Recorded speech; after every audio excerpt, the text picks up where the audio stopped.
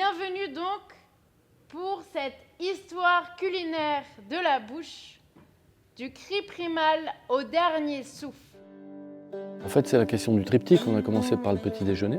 Deuxième volet, apérotomanie. Et puis là, c'est le troisième volet. Ça nous semblait assez pertinent, dans une certaine logique, d'avoir une troisième partie qui clôture une trilogie, petit déjeuner, apéro, dîner, enfin repas, parce que ça peut se jouer le midi. Et donc, comme on a fait cette digression autour du comptoir, de la notion de comptoir, qui est aussi une forme de théâtre, moi, ça m'a plu de me dire, on pousse l'exercice un peu plus loin et on va sur un véritable repas, quoi. Donc, on a travaillé avec une autrice culinaire, donc Misk.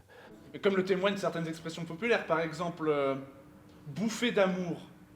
J'ai toujours commencé par avoir d'abord un titre qui m'interpelle, qui crée une forme de mystère, un rapport aussi au langage. Et on va travailler une histoire culinaire de la bouche, du cri primal au dernier souffle, mais qui n'est pas chronologique. On ne part pas de la naissance pour aller à la mort. Donc c'est plutôt deux cuisiniers, on est invités dans leur cuisine, qui vont nous parler de la bouche, voilà, dans tous les sens du terme.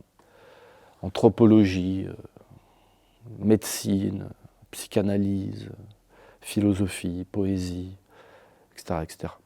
Un grand crocodile dans la bouche duquel nous sommes, c'est ça, la mer.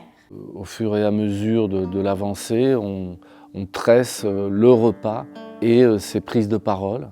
Ces assiettes qui sont très particulières parce qu'elles ont été faites une par une, elles sont uniques, sont un premier objet théâtral puisqu'on propose aux gens de choisir leur bouche, par exemple, quand ils arrivent. On est pris en main, quoi. On est un peu accompagné, on est dans un objet plastique, on est dans une scénographie et les objets y participent.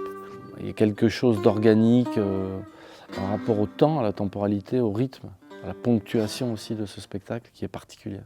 Et là c'est pareil, c'est-à-dire qu'il faut renvoyer la scénographie à la scénographie qui est devant chacune et chacun des spectateuristes.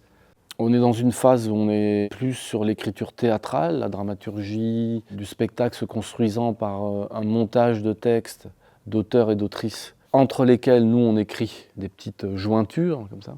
Ça reste des formes qui doivent pouvoir se jouer dans des endroits tout à fait atypiques. Il y a comme quelque chose de ta silhouette qui veut dévorer la sienne. Prochaines étapes, on est à Maubeuge, à la scène nationale. Ensuite, on va aller à l'atelier à spectacle à Vernouillet-Dreux pour la dernière ligne droite avec création 28-29 mai pour Chant Libre. Donc, on sera dans un jardin, dans un château magnifique. Puis après, on part en tournée, on part sur les routes. Voilà.